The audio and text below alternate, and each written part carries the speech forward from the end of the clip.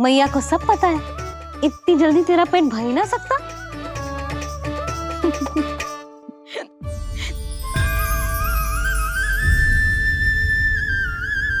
ये क्या है लल्ला? ये क्या था तेरे मुंह में, दिखा। ओहो, मैं तो भूल ही गया था कि मेरे भीतर ही तो सारी सृष्टि समाई हुई है। मैया ने उसकी झलक देख ली, अब क्या होगा?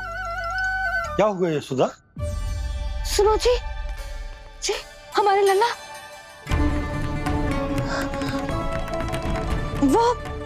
वो इसके मुंह में। क्या? भूल जाओ ना मैया, कुछ नहीं था मेरे मुंह में। लल्ला मुंह खोल के बाबा को दिखा। अरे क्या देख रही है उसके मुंह में? अवश्य ही मेरा दृष्टि भ्रम होगा, किंतु ऐसा भ्रम। अरे बताओ ना यशोदा, या फिर मुहूर्त शीघ्र ना बताने की बात का प्रतिशोध ले रही हो तुम? ना ना, ऐसी बात ना है। तो फिर बताओ ना, क्या बात है? हा? मैंने लल्ला के मुंह में कुछ देखो। क्या देखो? अब फंस गया मैं। मैया बाबा को सब कुछ बता देंगी और राय का पहाड़ बन जाएगा। फिर कैसे संभालूंगा इन दोनों को? ऐसे लगो जैसे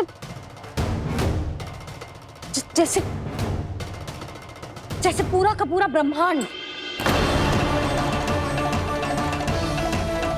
ब्रह्मांड लल्ला के मुंह में। अच्छा, तुम मेरा मुंह देखो। हाँ।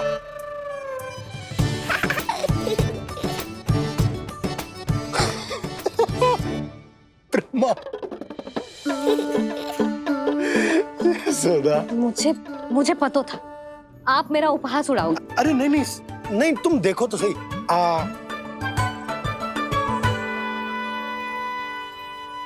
ब्रह्मांड ना सही, गोकुल तो दिखना चाहिए। अरे गोकुल को राजा हूं मैं, है कि ना? है? देखो, अरे देखो। धन्यवाद बाबा, आपने इस बात को गंभीरता से नहीं लिया, इसलिए अब मैया भी नहीं लेंगी। आज तो बचा लिया आपने। आज के बाद ना आपको कुछ बताऊंगी ही ना। आप जाओ, नामकरण उत्सव की तैयारी करो। और हाँ, इस बार भी उत्सव छोटा ही करना है, जो तो मत ही बोलना आप। हाँ। अब इसे कैसे समझाऊं कि हम कोई भी उत्सव बड़ा ना कर सकते? व्यर्थ ही कंस की दृष्टि पड़ जाएगी हम पर।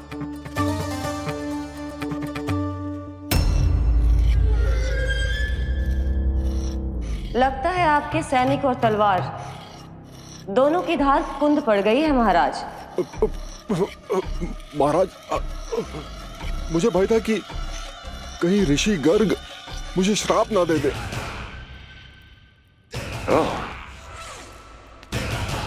तो श्राप से भयभीत हो गए दुर्जन, किंतु कंस तो कोई श्राप नहीं देता, सीधा मृत्यु देता है। ऐसा न करे महाराज, दया करे, दया निदान। यदि मैं उनकी इच्छा के विरुद्ध भीतर जाने की कोशिश करता तो जितनी सूचना मुझे मिली है उतनी भी नहीं ला पाता। तब आपको कैसे पता चलता महाराज कि आपकी बहन और बहनोई मात्र अपनी मृत संतानों के श्राद्ध के लिए वहां नहीं गए थे?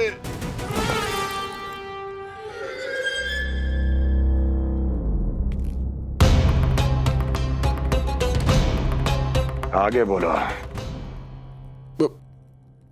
पूरी तरह तो नहीं सुन पाया महाराज, किंतु मैंने स्वयं अपने नेत्रों से देखा है महाराज। राजकुमारी देवकी ने ऋषि गर्ग के हाथ में कुछ दिया था। ये सत्य है महाराज, और ऋषि गर्ग ने उन दोनों को वचन भी दिया था।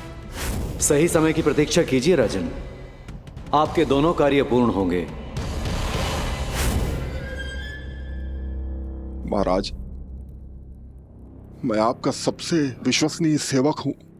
आपके हर आदेश का पालन करना मेरा अधिकार है और मैंने अपने अधिकारों का पालन किया भी है महाराज। किंतु फिर भी यदि मेरी ओर से कोई भूल हुई हो, मुझे क्षमा करे दयानिदान, मुझे क्षमा करे। इसका अर्थ है कि उत्कच सही कह रहा था। वो दोनों अवश्य ही कोई ना कोई षड्यंत्र रच रहे हैं मेरे विरुद्ध। समय आ गया है, अब मुझे किसी ऐसे की खोज करनी होगी जो उतना ही शक्तिशाली हो जितनी की मेरी ये तलवार।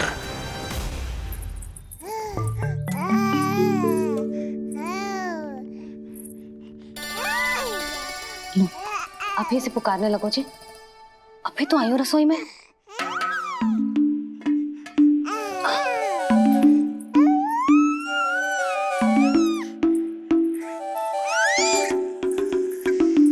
शीघ्र ही तुझे भी अपने बाबा का हाथ बटाना पड़ेगा, समझ रहे हो ना? बटाएगो ना हाथ? अभी जो 100 दिन का भी ना हो और जिस नन्हे से बालक को काम काज का भार सौंपने की बात करने लगे। काम का नाम सुनते ही मुख से स्वर ना निकल रहे तेरे। अभी तो बड़ा ऊ कर रहा था। बता, हाथ बटाएगो कि ना? अरे बता ना।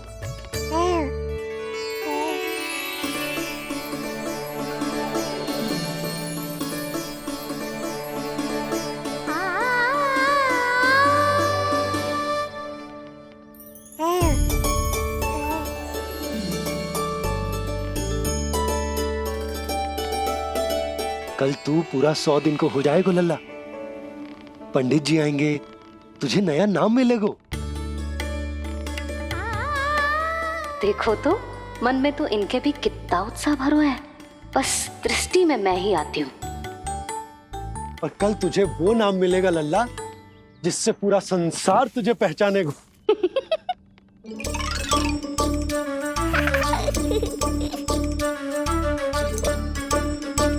अब लल्ला, कितना कार्य शेष है और तूने मुझे बातों में लगा लियो। मुझे क्यों फंसा रहे हो बाबा? छुपाने की कोई आवश्यकता ना है। जितनी उत्साहित मैं हूँ उतने ही उत्साहित आप भी हो इसके नामकरण को लेके, पता है मुझे। लल्ला के नामकरण पे उसके बाबा उत्साहित ना होंगे? बिल्कुल होंगे, इसीलिए तो कह रही हूँ अपना उत्साह बांटो अपने लल्ला के साथ। मैं अभी आई। अच्छा, ऐसे तो तुम लल्ला को छोड़ के कहीं ना जाती। अभी कहाँ चली? रोहिणी जिज्जी के पास, और कहाँ? लल्ला और उसके दाऊ के नामकरण की तैयारी करनी है कि ना? कितने लोगों को आमंत्रित करना है, कितने प्रकार की मिठाइयां बनानी है, ढोल वाले को कितने बजे का समय देना है, ये सब सुनिश्चित करना है ना, ताकि जे उत्सव गोकुल का सबसे बड़ा उत्सव हो। अरे सूची देनी है जिज्जी को।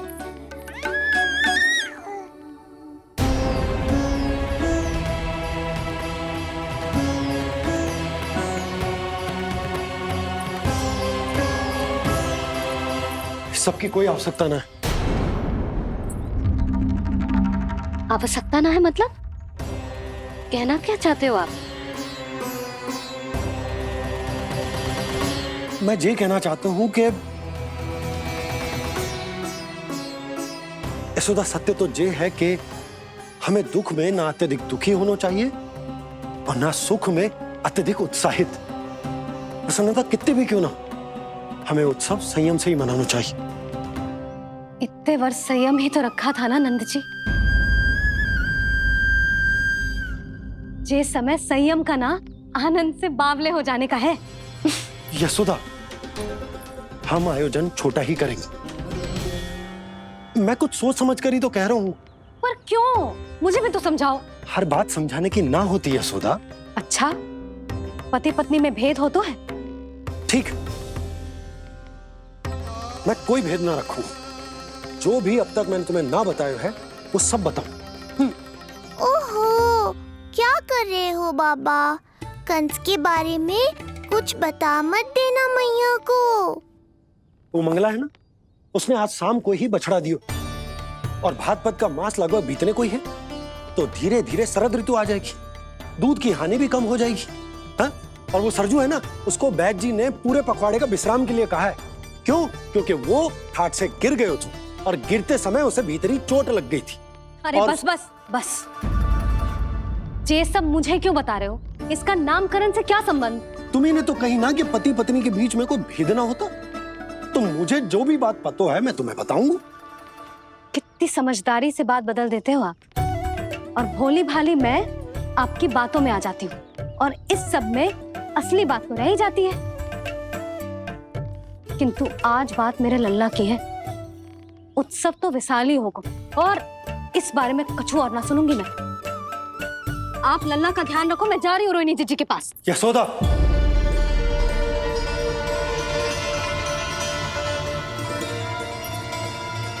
बात केवल सुनने की ना होती, उसे समझना भी पड़ता है।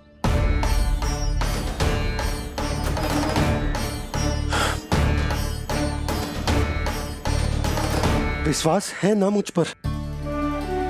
मैं कुछ सोच समझ कर ही कर रहा हूँ ना।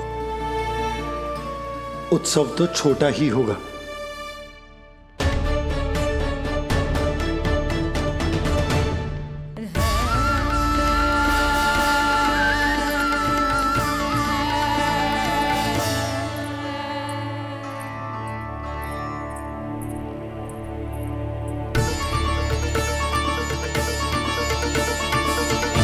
क्षमा करना लल्ला, तेरी मैया को डांटना पड़ गया।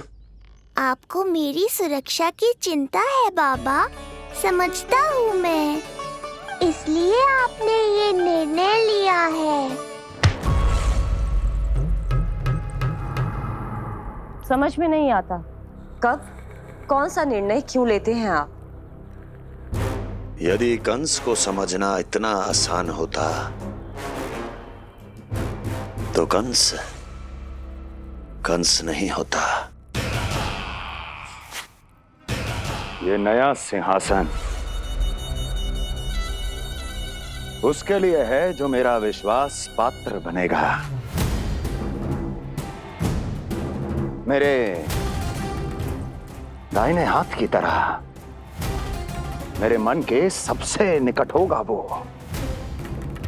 मंत्री परिषद में विशेष स्थान की प्राप्ति होगी। मेरे बाद पूरे राज्य के लिए उसी का वचन होगा।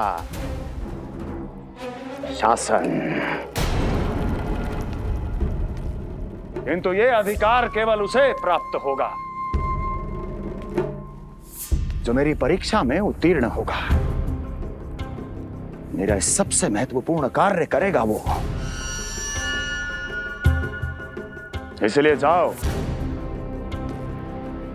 कह दो सभी बाहुबलियों को, महाबलियों को, दैत्यों को, दानवों को, प्रेतों को, पिशाचों को, सभी को यह सूचना दे दो ना ना ना ना, सूचना नहीं, चुनौती दो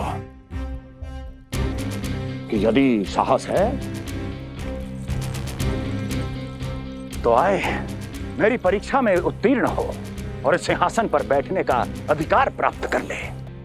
जाओ। और हां, ये अवश्य कहना कि केवल वही आए जिनके हृदय में साहस का ज्वालामुखी धधकता हो, जिनकी तलवारें पर्वतों का सीना चीरने को व्याकुल हो, जिनकी संकल्प शक्ति इतनी दृढ़ हो कि मृत्यु से टक्कर ले लें। कायर नहीं चाहिए मुझे। जाओ। महाराज, आप जिसे भी ये विशेष पद देंगे, भविष्य में यदि वही हमारे शीश पर बैठ गया तो क्या करेंगे आप? पहले ऐसा कोई योद्धा सामने तो आए अस्ति, जो उस विष्णु के अवतार का संहार कर सके।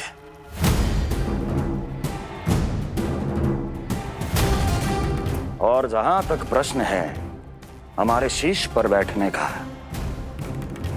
तो स्मरण रखो अस्ति,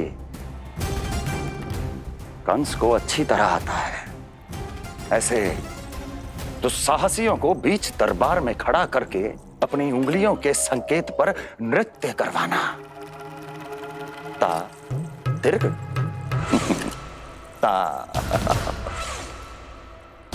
और अपना कार्य सिद्ध होने के बाद उनके तन से उनके शीश को उतारना कंस को भली भांति आता है।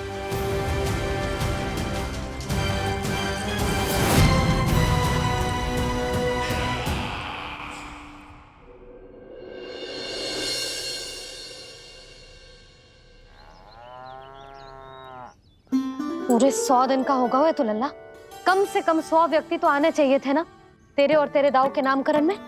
हाँ, अब तुम मुस्कुरा क्या रहो है? तू ही बता, जे भवन देख के लग रहा है कि यहाँ कोई उत्सव है? बिना अतिथियों के कैसा उत्सव और कैसा आनंद, तू ही बता। और मैं करूं भी तो क्या? पता है लल्ला, मुझे तो लग रहा है तेरे बाबा ना कंजूस होगा है। नहीं तो भला और क्या समस्या हो सकती है उन्हें बड़े आयोजन से? अरे गोकुल के राजा का लल्ला है तू, राजकुमार। यदि तेरा आयोजन बड़ा ना होगो तो भला किसका होगो?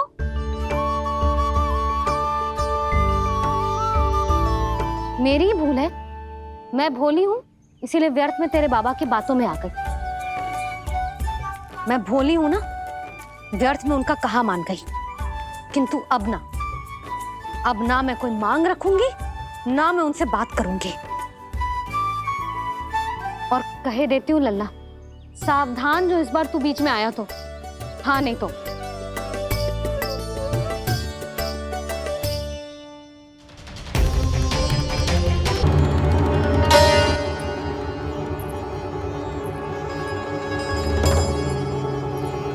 क्या होगा? हाँ, सब ठीक तो है ना? आप इतनी चिंता में क्यों हो जी? कुछ बुरी सूचना तो ना मिली? अब जे मत ही कहना कि जे भी मुझसे छुपाना पड़ेगा। जो भी है मुझे बताओ। पंडित सदानंद जी महाराज वो नामकरण के लिए ना आ सके। उनकी बिटिया के पांव भारी, उसे लिवाने वो समधियाने गए। ये तो शुभ समाचार है।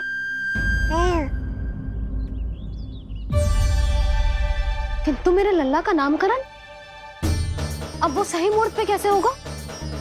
वही तो समझ ना आ रहा। ऐसे मन छोटा करने की आवश्यकता नहीं है मैया बाबा। आप दोनों तो स्वागत की तैयारी करो, आ रहे हैं वो।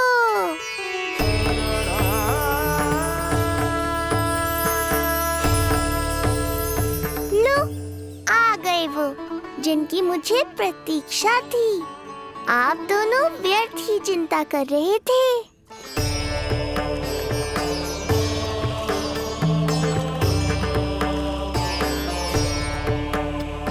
अब कौन करेगा मेरे लल्ला का नामकरण?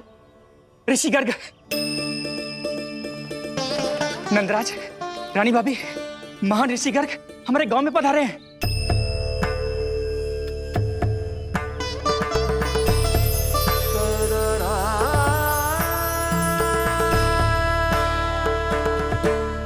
ऋषि गर्ग गोकुल में?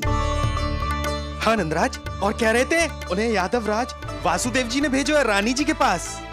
अरे तो तुम लोग खड़े खड़े क्या देख रहे हो? जाओ उनके सत्कार की तैयारी करो। जी यशोदा, उनके स्वागत की तैयारी करो। सुनो जी, वो तो यादवों के कुलगुरु है ना, रोहिणी जीजी के यहाँ आए, हमारे यहाँ आएंगे। आप देखती जाओ मैया, वो सीधे हमारे घर ही आएंगे।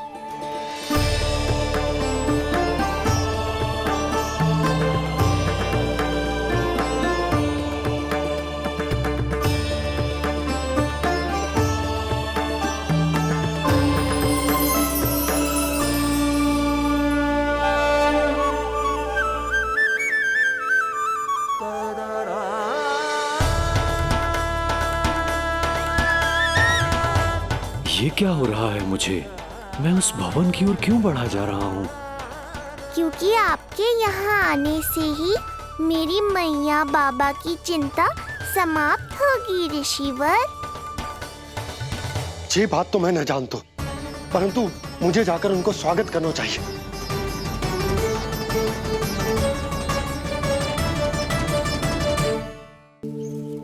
आप हमारे भी लल्ला का नामकरण कर दो ना। पुत्री, ये क्या कह रही हो तुम? विनती कर रही हूँ, और मेरी जे आग्रह अस्वीकार मत ही करो। आप दोनों भाइयों का नामकरण एक साथ हो जाएगा।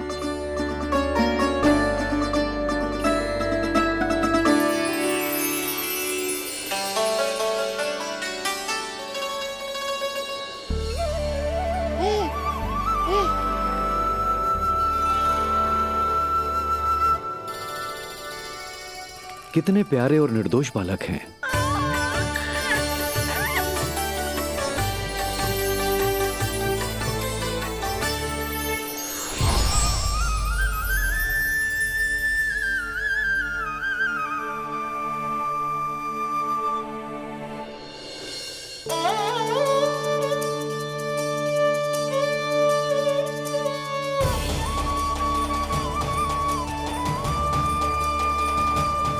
इन दोनों को देखकर गुरुदेव की आंखों में आंसू क्यों आ गए?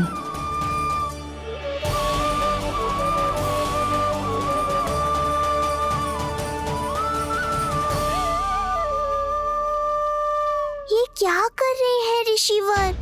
संभालिए अपने आप को, नहीं तो मेरा रहस्य खुल जाएगा आज। अरे ऋषिवर, हाथ मत जोड़िए। इससे पहले कि गड़बड़ हो जाए, अपनी नमस्कार मुद्रा को आशीर्वाद मुद्रा में बदल दीजिए। बात को समझिए। मैंने ये अवतार मैया और लल्ला के अद्भुत संबंध का अनुभव करने के लिए लिया है, पर आपकी भावुकता के कारण यदि मैया को मेरा सत्य पता चल गया तो ये संबंध ही बदल जाएगा।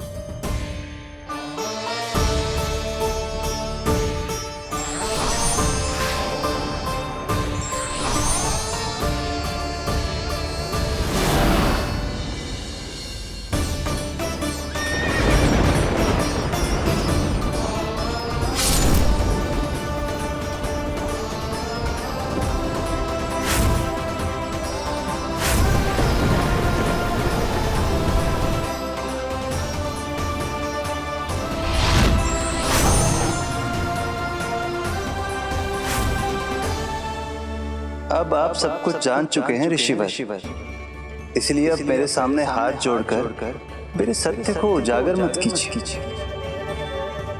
अपने शिष्य वसुदेव के पुत्र के रूप में मुझे आशीर्वाद दीजिए।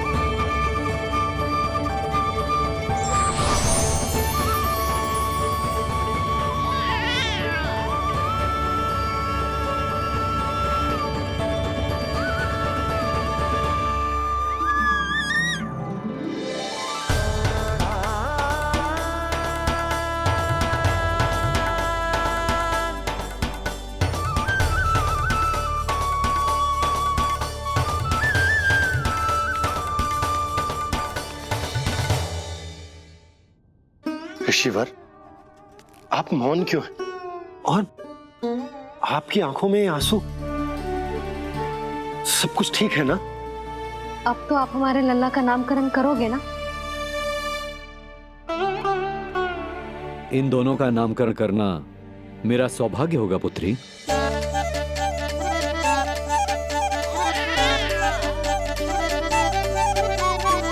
परंतु ये गोपनीय रूप से करना होगा।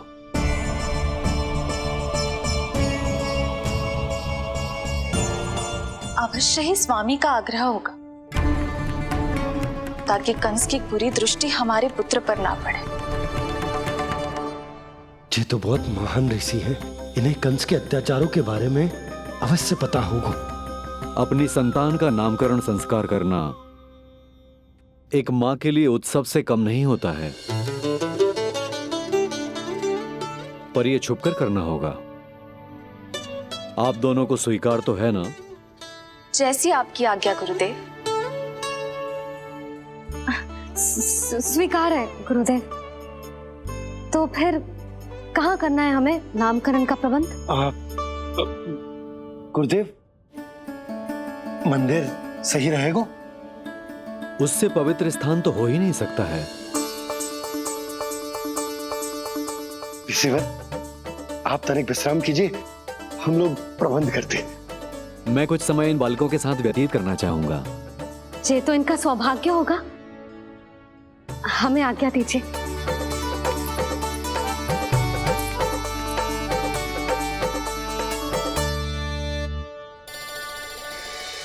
प्रभु, स्वयं भगवान होकर भी आपको बंदी गृह में जन्म लेना पड़ा।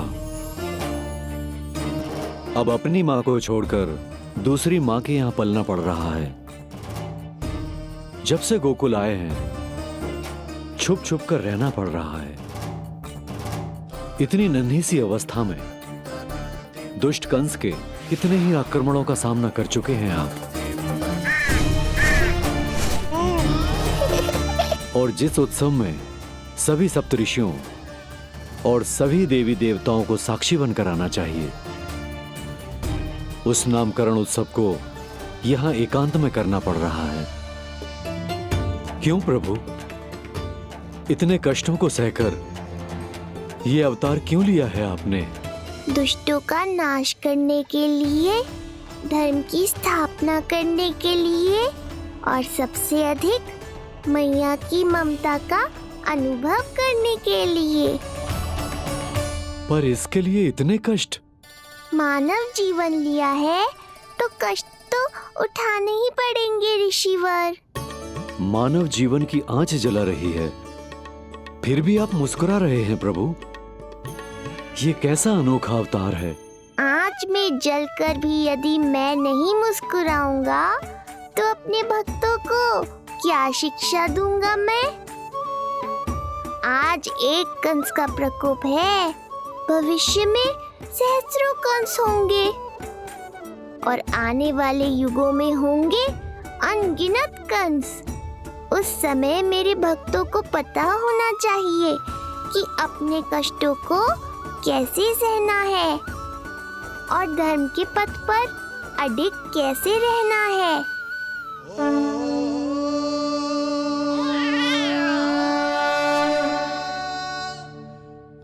आप धन्य हैं प्रभु। देखा अस्ति, जब सिंह दहाड़ता है तो वन के सभी जीव जंतु इकट्ठे हो ही जाते हैं। वो सब जो मेरा विश्वास पात्र होने का अधिकार और ये सिंहासन पाना चाहते हैं, सामने आए।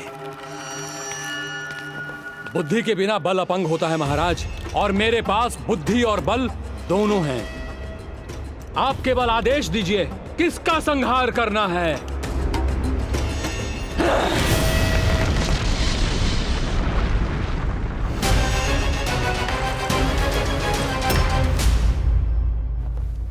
सारी तैयारी हो गई। बोलो। आप गुरुदेव को बुला लो, मैं रोनी जीजी और बालकों को ले आती हूँ। यशोदा, तुम रुष्ट तो ना हो ना मुझसे? मैं भला रुष्ट क्यों होने लगी? नहीं, तुम जो उत्सव बड़े धूमधाम से करना चाहती थी और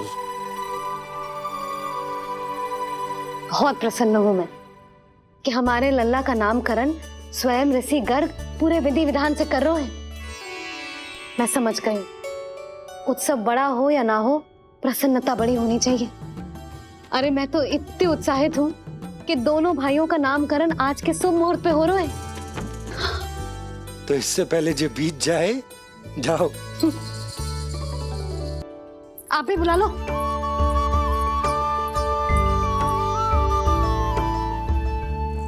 यहाँ सब के सब एक से बढ़कर एक है, तो फिर अपने कार्य के लिए किसका चुनाव सबसे पहले करूं? मेरा सामर्थ्य तो आपने अभी तक देखा ही नहीं महाराज। चुटकी बजाकर शत्रुओं का विनाश कर सकता हूं मैं।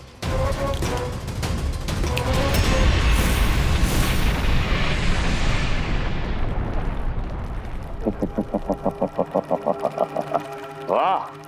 किंतु आपने तो बताया ही नहीं कि करना क्या है। वध करना है, एक नवजात बालक का वध। उसे साधारण बालक मत समझना।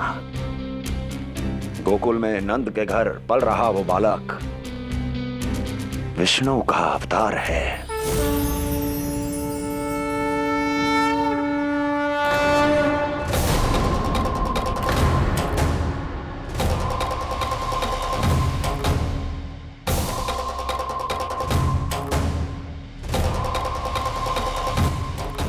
क्या हुआ? इतना सन्नाटा क्यों छा गया? क्षमा कीजिए महाराज, पर मैं नन्हे बालकों के साथ हिंसा नहीं करता। विष्णु अवतार बड़ा छलिया है महाराज, मैं उसका मुख भी नहीं देखना चाहता।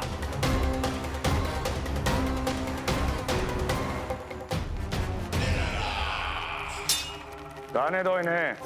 वैसे भी इस सिंहासन के लिए मुझे कायरों की कोई आवश्यकता नहीं। जाने दो।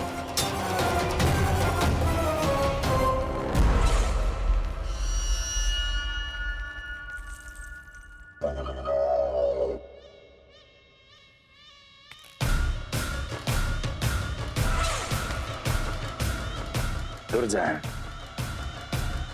क्या कहा था मैंने कहा था केवल वही आए जिनके हृदय में साहस का ज्वालामुखी धधकता हो, जिनकी तलवारें पर्वतों का सीना चीरने के लिए व्याकुल हो, जिनकी संकल्प शक्ति इतनी दृढ़ हो कि वो मृत्यु से टक्कर ले जाएं। वही होगा इस सिंहासन का असली अधिकारी। महाराज,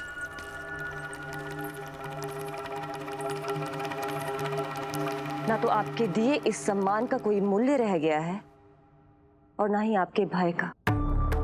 अभी अभी आपने ही कहा था ना कि जब वन में कोई सिंह दहाड़ता है तो उस वन के सभी जीव जंतु एक जगह एकत्रित हो जाते हैं, परंतु उसी वन में जब कोई बब्बर सिंह दहाड़ता है तो वही जीव जंतु भय के मारे इधर उधर भागने लगते हैं।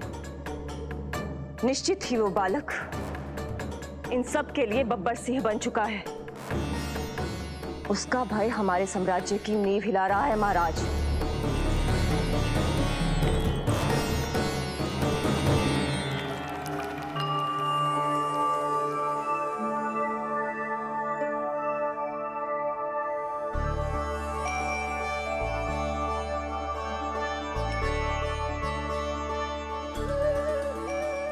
हे नारायण, मेरा मार्गदर्शन कीजिए। हे मां सरस्वती, मुझे आशीर्वाद दीजिए ताकि मैं दोनों बालकों के लिए सर्वोत्तम नामों का चुनाव कर पाऊं।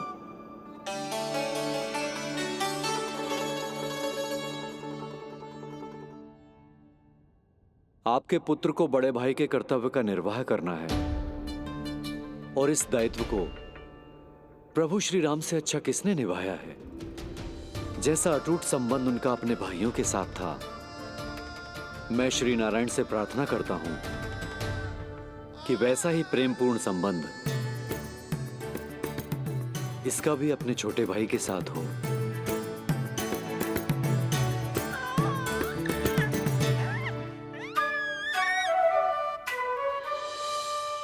इसीलिए इसका नाम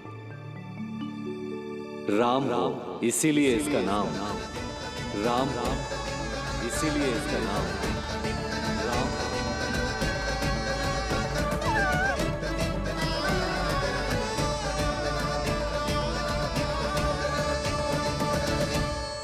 बड़े भाई में आदर्श, न्याय, संकल्प बल के साथ साथ शारीरिक बल भी होना चाहिए।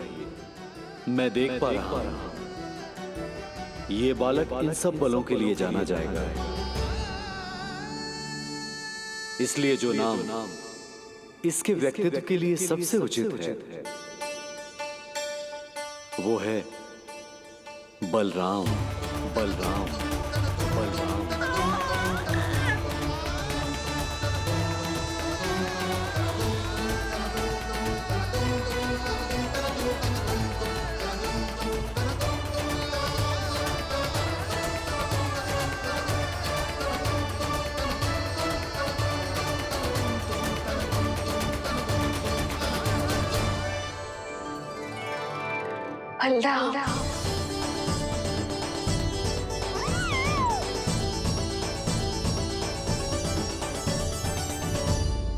तो फिर उसका नाम बल राम रखना। कैसा अद्भुत संयोग है रिसीवर।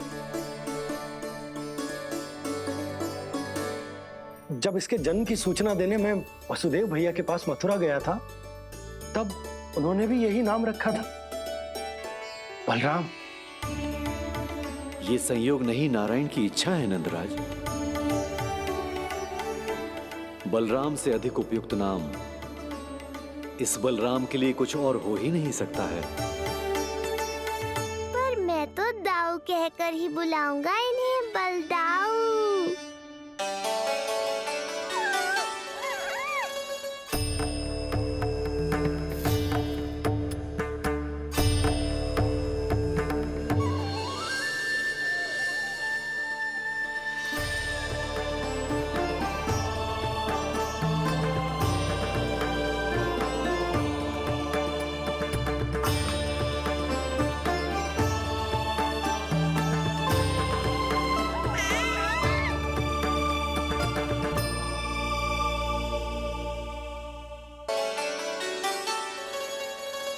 सुना पुत्र, आज से तुम्हारा नाम होगा बलराम। बलराम, बलराम।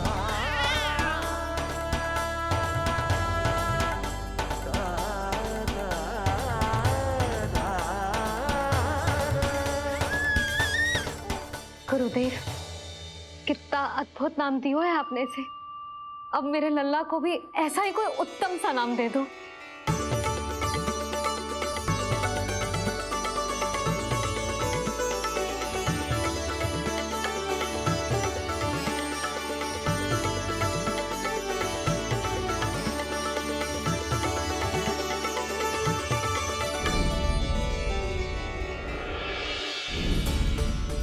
ये कठिन दायित्व आपने ही मुझे सौंपा है प्रभु।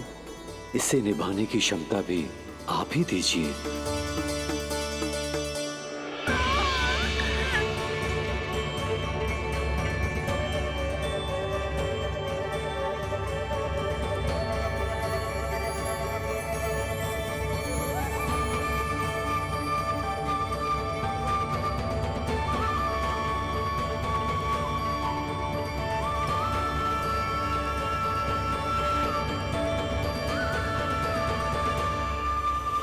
कृष्ण कृष्ण कृष्ण कृष्ण कृष्ण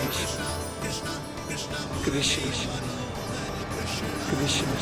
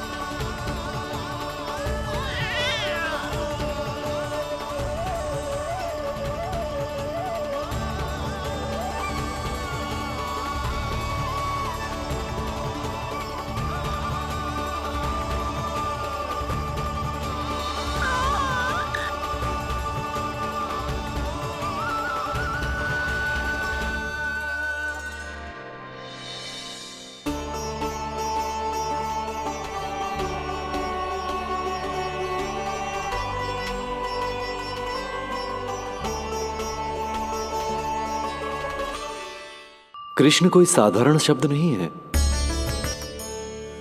ये अनेक विशेषताओं से भरा हुआ है। क बना है कमलकांत से, अर्थात वो जो श्रीपति विष्णु जैसा हो।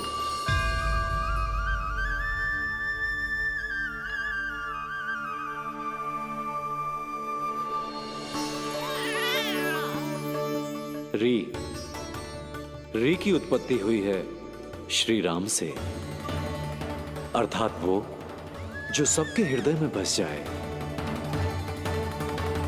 श ऐश्वर्य के स्वामी विष्णु के लिए, अर्थात वो जो समृद्धि लेकर आए।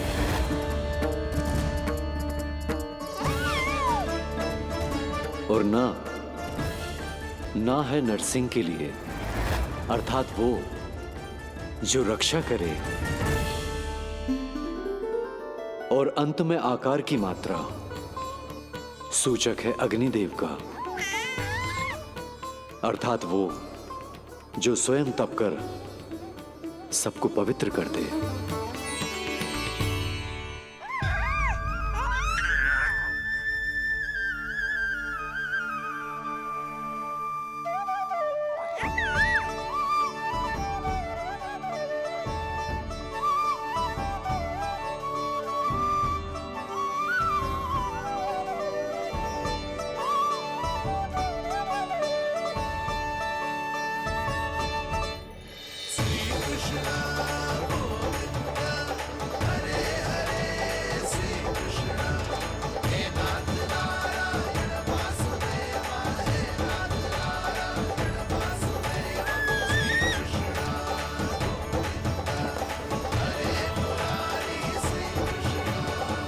आज से तुम्हें सारा संसार जिस नाम से पहचानेगा वो नाम है कृष्ण। वो नाम है कृष्ण। वो नाम है कृष्ण। वो नाम है कृष्ण। कृष्ण कृष्ण कृष्ण कृष्ण कृष्ण कृष्ण कृष्ण कृष्ण कृष्ण कृष्ण कृष्ण कृष्ण कृष्ण।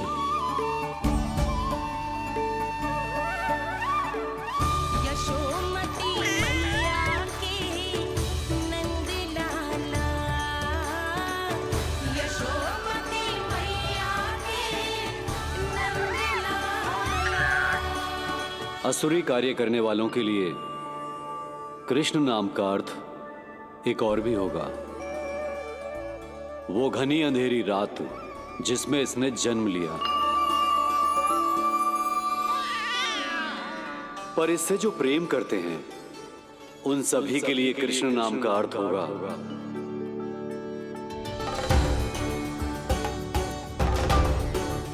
अतुलनीय सुंदरता और अथाह प्रेम।